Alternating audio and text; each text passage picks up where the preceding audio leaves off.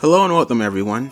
Today we'll be talking about Dexter, the only show I know of that ended so badly they had to revive it twice. Now if you've never watched a Dexter show before, I'm sure you've seen those thousands of edits of Dexter and Dotes on TikTok. Now I have seen Dexter before. I watched all 8 seasons of the original series, New Blood, and Original Sin, as well as the newest entry in the series, Resurrection. But today we're not talking about any of the television series, or the books. Today we'll be talking about the Dexter Games. Now if you're like me, you're probably wondering why you've never heard of these games before, or what a Dexter game would even look like. Well, I'm here to answer both questions today, by showing you Dexter The Game. Developed by the now defunct Icarus Studios and released in 2009 for iPhones before being later ported to Android and PC, Dexter The Game, to put it nicely, is a very odd game. The game is a retelling of some of the events from the first season of the show, with it starting off with you recreating the first till of the show. Now this game is pretty short, so there isn't a whole lot to talk about, but we'll still go over some of the aspects of the game, like the story.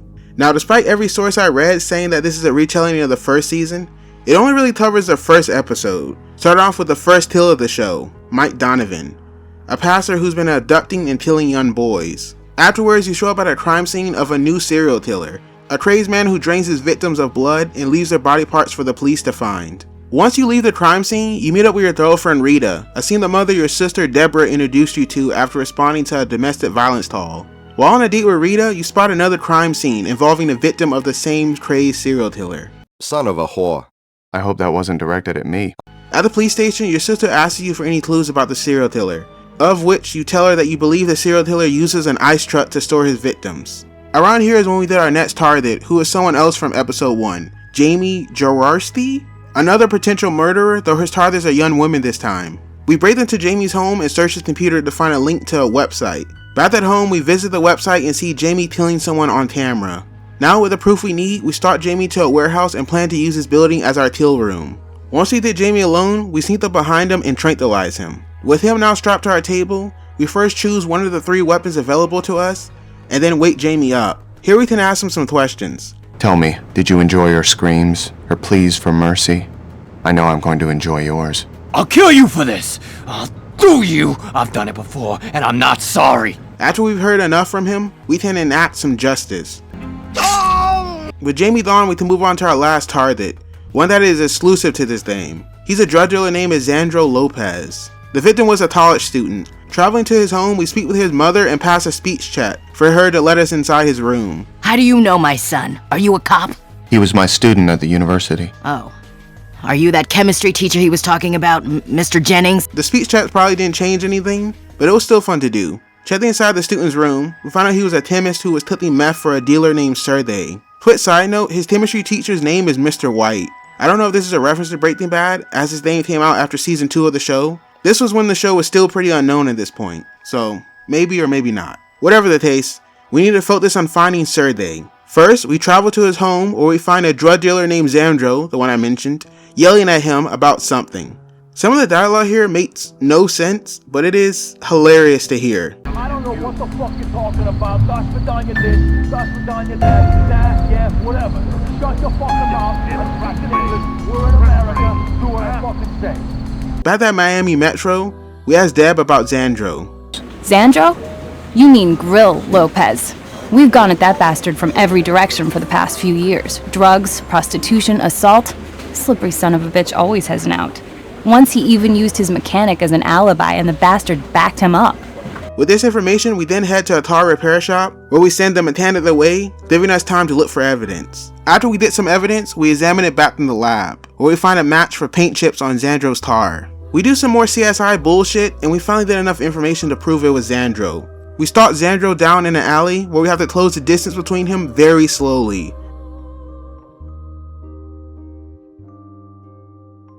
After a century of waiting, we finally sedate him. With him now in our till room, we interrogate him for a short time. So Skinny Bob became roadkill because he crossed your path. Did he mess with your girls? Not just any girl, man. That fucker was after my sister. Getting her hooked on that shit, knocking her up. I've killed a lot of people that mess with my business, but Skinny Bob was the most satisfying. If I could run him down again, I would. Before we can kill him, Dexter has to do his usual monologue thing. See, this is why I have a code. Research. Morelli was going to ask your sister to marry him.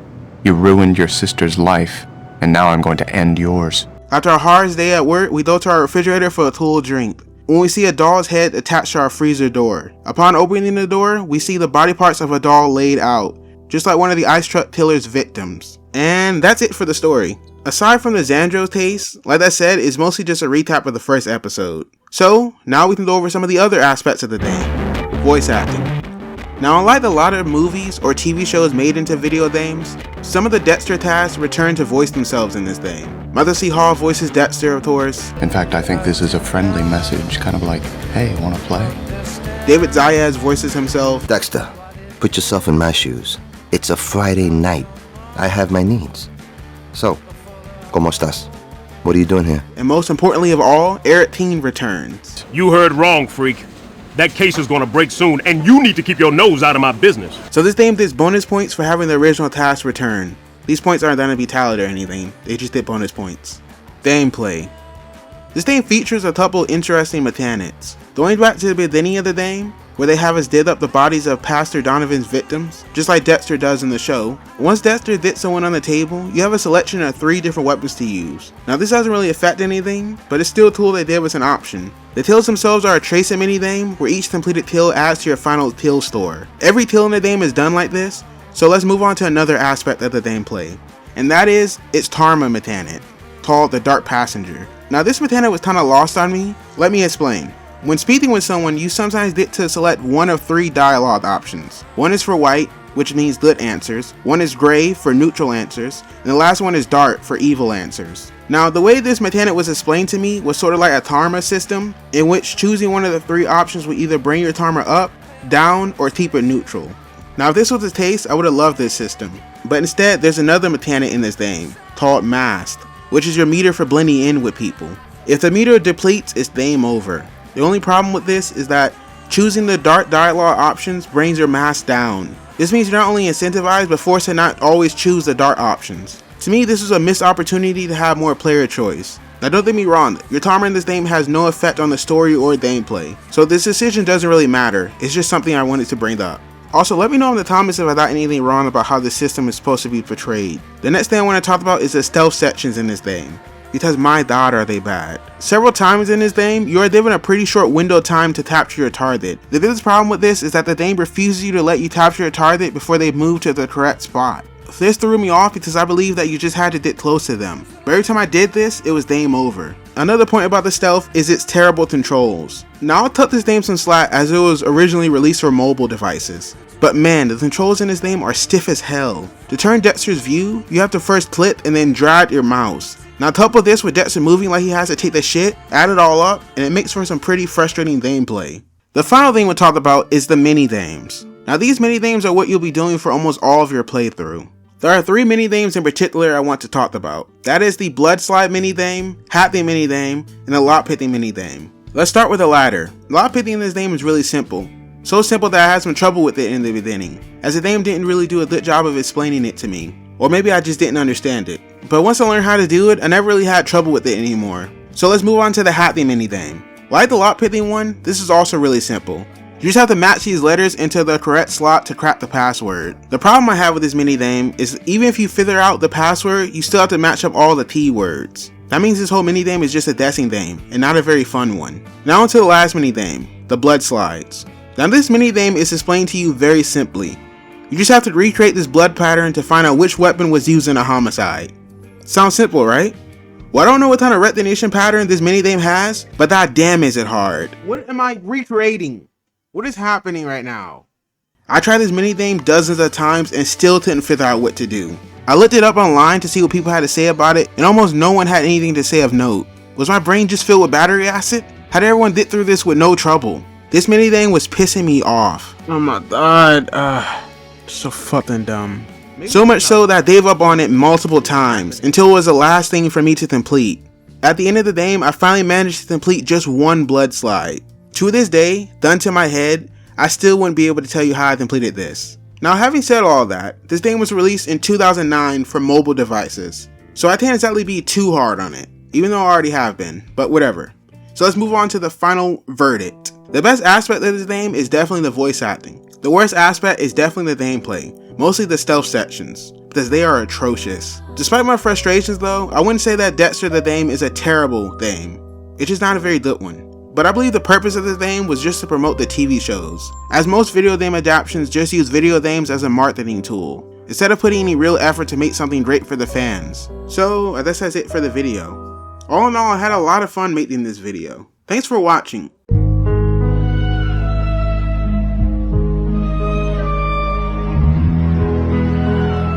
Yup, there are even more Dexter games to talk about. I can only hope that they improve upon what the first game tried to do. Dexter The Game 2 was released in 2012, so let's examine it just like we did the first one. But before we get started, I would like to bring up the weird but fire-ass remix of the Dexter intro this game has.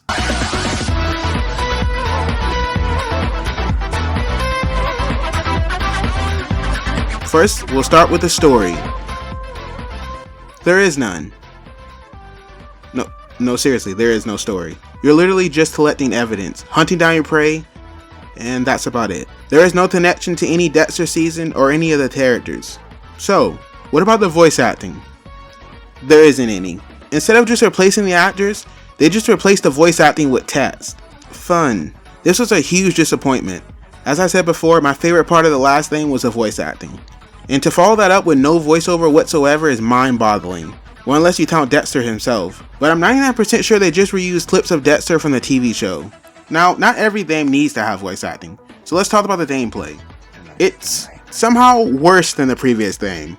The controls felt a lot stiffer, and because this game was never ported to PC, I had to emulate it. So that meant the controls kept glitching out on me. This obviously isn't the game's fault, but it's just added to my frustration. Something else to note is that unlike the last game, this game features a bit of combat, but it's not very good. This game also removed the Dark Passion or Karma system and all the mini-games, in favor of replacing them with a CSI type mini-game collecting clues. I did not like this change very much. And that's about it. I didn't play this game very long because on the second objective, I couldn't answer the phone or interact with anything. I was effectively soft-locked. This is most likely due to the emulator, but it didn't really matter as I had no desire to continue the game anyway. So let's move on to the verdict. It's ass. For real though, I was pretty disappointed that this game didn't improve upon any of what the first game did. Oh well, third time's the charm, right?